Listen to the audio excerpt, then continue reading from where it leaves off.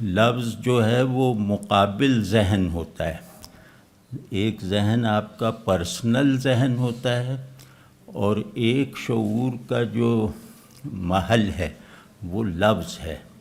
اور لفظ میں معنی کا وجود ذہن میں مفہوم کے وجود سے زیادہ مکمل اور زیادہ حقیقی ہوتا ہے۔ تو جتنا جتنا لفظ اور ذہن کے ساتھ مناسبت کا عمل پیدا ہوتا چلا جائے گا، اتنا اتنا شعور اپنی مجموعی قوتوں کے ساتھ اپنے ہدف پر یکسوئی سے غور کرنے کے لائق ہو جائے گا۔ تو ہمارے نظام تعلیم یا ہمارے جو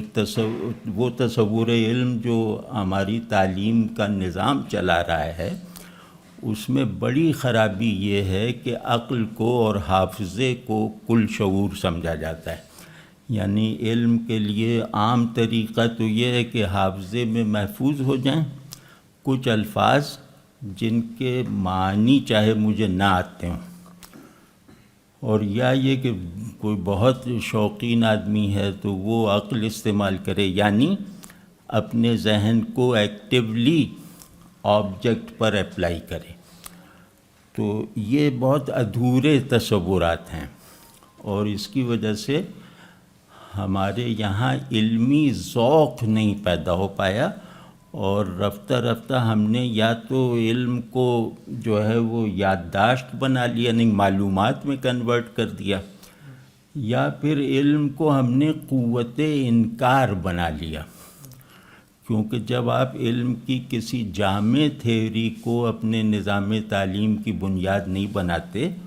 تو اس میں پھر یہی ہوتا ہے کہ آپ نے اپنا خیال، اپنا تصور یا جس بات کو آپ مانتے ہیں وہ آپ نے رٹ لی ہے،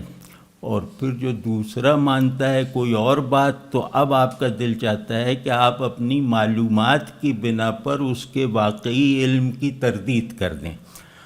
تو یہ جو آپ ماحول دیکھ رہے ہیں نا، چھوٹے چھوٹے لڑکے جو ہیں وہ بڑوں پہ طنز کرتے ہیں، یہ وہ، تو یہ اسی کا شاخسانہ ہے۔